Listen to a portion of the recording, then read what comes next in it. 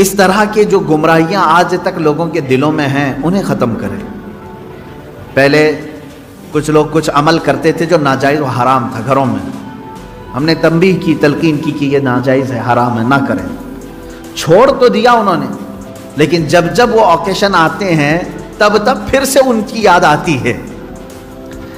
اب اس کی مثال آپ کو میں بتاؤں، شروع کی بات ہے کہ محرم کے زمانے میں پنجے اٹھا کر کے ناچنے کی عادت اکثر لوگوں کو تھی، بہت سارے لوگ۔ ایک طرح سے اس میں عبادت کا تصور نہیں تھا لوگوں کو، بس یہ کہ انٹرٹینمنٹ کرنا ہے، کیونکہ عبادت اس طرح سے روڈ اور گلیوں میں ناچ کر کے تو ہوتی نہیں۔ نہ وہ امام حسین کو راضی کرنے کا مسئلہ ہے، نہ رب تبارک و تعالیٰ کی بارگاہ میں کچھ پیش کرنے کا مسئلہ ہے۔ اگر اتنا ہی عبادت کا شوق ہوتا تو مسجدوں میں پنجے لے کر بیٹھ جاتے ہیں، قرآن پاک پڑھتے ہیں، سب کو معلوم ہے کہ سب سے افضل جگہ یہ ہے۔ وہ انٹرٹینمنٹ کرتے تھے۔ اب ہوا یہ کہ ہم نے کہا کہ یہ بے حرمتی ہو رہی ہے، مولا حسین کے نام پر بے حرمتی ہو رہی ہے۔ اصل بات، پنجہ تو آج تک امام حسین کا ملا نہیں، پنجہ ملا نہیں۔ حضرت عباس علمبردار کے پنجے کٹے تھے، یہ سنا ہے، روایات بھی، لیکن اس کی شبیہ، اس سے ملتی جلتی تصویر کچھ ملی نہیں۔ اب رہی بات تعزیہ کا مسئلہ، تعزیہ جو ہے اس کا مسئلہ مختلف بھی ہے، اتنا میں بتاؤں گا، کنفیوز نہیں ہونا۔ تعزیہ کو شرائط کے ساتھ اگر بٹھایا جائے تو جائز ہے، لیکن وہ شرائط پورے کرتے نہیں لوگ، اور ہم نے اگر اتنا ہی شوشہ کھول دیا تو بڑے بڑے دروازے لوگ کھول لیں گے۔ بات صرف اتنی تھی تعزیہ کی، امام حسین کا جو روزہ ہے اس روزے کی شکل کی کوئی چیز بنا کر کے آپ نے رکھ دیا، تو کسی بھی بزرگ کے روزے کی شکل بنا کر کے رکھنا مستحسن ہے، کوئی حرام کام نہیں ہے، ناجائز نہیں ہے۔ جیسے ہم گنبد خضرا بناتے ہیں، خانہ کعبہ بناتے ہیں، ہوتا ہے گنبد خضرا جہاں ہوگا ہم تعظیم کے ساتھ دیکھتے ہیں، لیکن اس کے ساتھ اگر ایسے معاملات ہوں کہ اس کو لے کر کے سڑکوں پہ ہم گھومیں گے، ناچیں گے، اور پھر اس پر چڑھاوے کریں گے، پھر اس کے ساتھ اپنے عقیدے جوڑ لیں گے، تو یہاں سے شیطان پھر گمراہ کرنا شروع کرتا ہے۔ خیر یہ بات الگ ہے تعزیہ کا۔ رہی بات پنجے کا، پنجے کی جو لاجک ہے وہ نہیں سمجھ میں آئی، مجھے کوئی سمجھا دے۔ میں نے اس سے قبل بھی بہت پہلے ہی کہا تھا، میں خود اٹھاؤں گا۔ پنجے کی کیا خصوصیت ہے؟ اگر امام حسین شہید کربلا رضی اللہ تعالیٰ عنہ کے ہاتھ کا نشان لے کر کے کوئی اٹھا کر گھومتا ہے، میں تو کہوں گا ہاتھ کیوں اٹھاتے ہو؟ اس سے بہتر ہے کہ مولا حسین کا قدم اٹھا کر کے گھومیں، کیونکہ ہمارے لیے ان کے قدم تک پہنچنا بھی بہت دور کی بات ہے۔ قدم اٹھا کر کے کوئی گھومتا ہوا نہیں دکھا مجھے، کوئی تلوار اٹھا کر کے دکھا۔ تو اس میں ہاتھ کی کیا خصوصیت ہے یہ تو مجھے لاجک اب تک نہیں معلوم، بہرحال ایک ٹاپک الگ ہے۔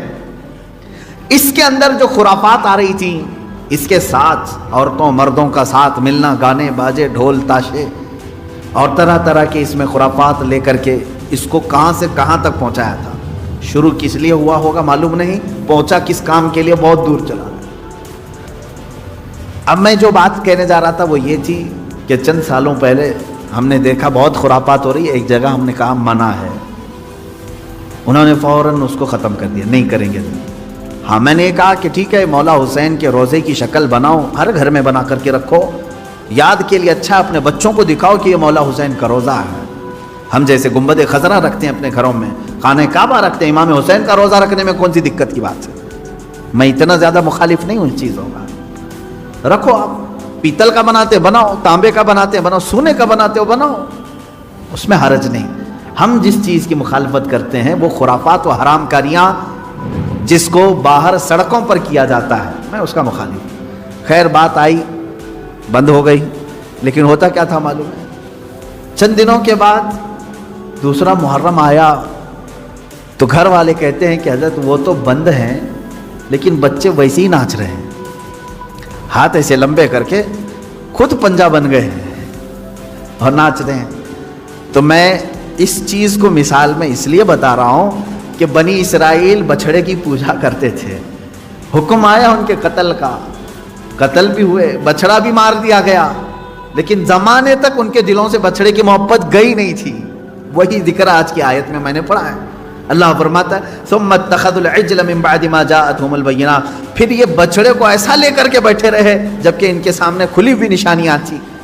وَأُشْرِبُوا فِي قُلُوبِهِمُ الْعِجْلَ، اللہ فرماتا ہے ان کے دلوں میں ایسا لگتا ہے بچڑا پلا دیا گیا ہے، پی گئے ہیں بچڑے کو، اتنی محبت تھی. جبکہ روشن آیتیں اور دلیلیں دیکھی. تو خلاصہ یہ ہے میرے عزیزو، کہنے کا مطلب کہ بعض چیزیں گمراہیاں ایسی ہیں جن کو چھوڑنے کے بعد بھی وہ کچوکے لگاتی رہتی ہیں. برے گناہ بھی ایسے ہیں جن کو چھوڑنے کے بعد وہ دوبارہ دماغ میں وسوسے ڈالتے رہتے ہیں. ان کاموں کو حتمی طور پر اپنے تصور میں بھی نہ آئے. اعوذ باللہ من شر الشیطان الرجیم کثرت سے پڑھیں. اعوذ باللہ من شر الشیطان الرجیم، من شر الشیطان الرجیم. اے اللہ میں پناہ مانگتا ہوں تیری مردود شیطان کی ان شرارتوں سے جو میرے دماغ میں ڈال رہا ہے. تو یہ اسی کی طرف سے ہوتی ہیں، وہ پرانے راستے پر لے جانا چاہتا ہے، گمراہی کی طرف لانا چاہتا ہے. وہ خرابیاں جن کو تم چھوڑ کر کے آئے ہو یاد دلاتا ہے ایک بار اور چلا جاؤ. اس کے لیے کثرت سے یہ پڑھا کریں. جب ایسا وسوسہ آئے کہیں اعوذ باللہ من شر الشیطان الرجیم. آج ہی صبح گناہ سے توبہ کیا، سوچا کہ نہیں کروں گا یہ گناہ، لیکن رات ہوتے ہی پھر خیال آیا ایک بار اور کر لو. میں بتا رہا ہوں فوراً اس وقت یہ پڑھو اعوذ باللہ من شر الشیطان الرجیم. اے اللہ میں تو چھوڑ چکا تھا شیطان مردود، پھر مجھے لا رہا ہے وسوسے، میں تیری پناہ مانگتا ہوں مردود شیطان کی شرارتوں سے. یہ باتیں یہاں تک ختم ہو گئیں. اور آگے کی جو آیت میں نے تلاوت کی تھی آج کی، اس میں اللہ تعالیٰ نے یہ فرمایا ہے کہ بنی اسرائیل کو ایک حکم یہ بھی تھا کہ یہ جب بیت المقدس میں جائیں تو سجدے کی حالت میں جائیں. لیکن ان میں سے بہت سارے نافرمان ایسے تھے کہ وہ اپنی سرین کو گھسیٹتے ہوئے ایسے جا رہے تھے. حکم ہوا تو سجدہ کر کے جائیں، لیکن وہ مذاق کے طور پر سرین اپنے گھسیٹتے ہوئے اس طرح سے بیت المقدس میں جانے لگے. ایک نافرمانی یہ کیا انہوں نے. اور پھر اللہ نے فرمایا تھا ہفتے کے دن شکار نہ کرنا، سنیچر کے دن شکار کرنا ان کے لیے حرام تھا. تو یہ بنی اسرائیل کیا کرتے تھے، جمعہ کے دن جال لگا کے آتے تھے مچھلیوں کا، اور اتوار کو جا کر کے لے کے آتے تھے. کہتے ہم سنیچر کو شکار نہیں کیے، جمعہ کو جال لگائے تھے، اتوار کو لے کے آئے. پھر مچھلیاں کون سے دن پھنسی تھی. تو اس طرح ہیلے بہانے کس کے لیے کرتے ہیں؟ اللہ کے لیے.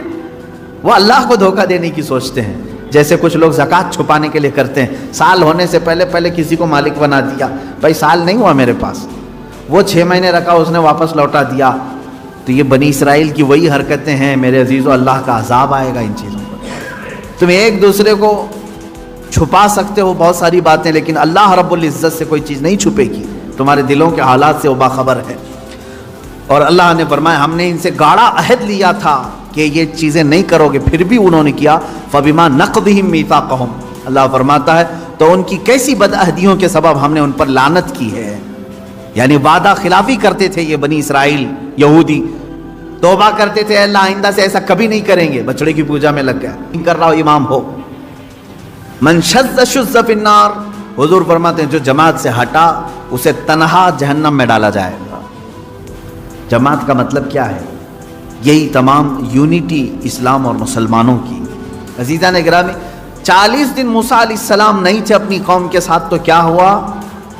سب بچڑے کی پوجا میں لگ گئے. اب یہاں اندازہ کریں آپ، برسوں برس جن کے درمیان کوئی شیخ نہ ہو، کوئی عالم بعمل نہ ہو، کوئی ان کی صحیح تربیت کرنے والا نہ ہو، تو پھر کیا ہوگا؟ سب ہوس کے پجاری ہو جائیں گے. یہ اور بات ہے کہ اللہ نے بچا رکھا ہے، آج بچڑے کی پوجا تو نہیں کر رہے لیکن اپنی خواہشات کی پوجا تو کر رہے ہیں. آج تقریباً جو مرضی میں آئی اس چیز کو عمل کر لے جانا، یہ پوجا ہی تو ہے. ہر خواہش کو پوری کر لینا کہ ابھی ہم نے سوچا اور یہ ہونا ہی ہے. اسی لیے قرآن کہتا ہے ارأیت من اتخذ الہہ ہوا، اے رسول کیا آپ نے دیکھا کچھ وہ لوگ ہیں جو اپنے خواہشوں کو معبود بنائے ہوئے ہیں، اپنے خواہشوں کو خدا بنائے، اپنے خواہشوں کو معبود بنائے ہوئے ہیں، اپنے خواہشوں کو خدا بنائے ہوئے ہیں. کیسے؟ دیکھیں خدا وہ ہے جس کی ہر بات مانی جائے گی، ہے نا؟ خدا کی ہر بات ماننا ضروری ہے. اگر ایک بھی بات کا انکار کیا خدا کی تو تم بندے نہیں ہو. خدا کی ہر بات مانی جاتی ہے جس طرح سے، اس طرح بعض بندے ایسے ہیں جو اپنی طبیعت کی ہر بات ماننے کو تیار ہیں. نہ مانو ہر بات اس کی، ہر بات اس کی نہ مانو. اور اس کو تم خدا کا درجہ دو گے تو ہوگا کیا؟ اللہ تبارک و تعالیٰ اپنے رسول سے فرماتا ہے، کیا اے حبیب ایسے لوگوں کی آپ سفارش کریں گے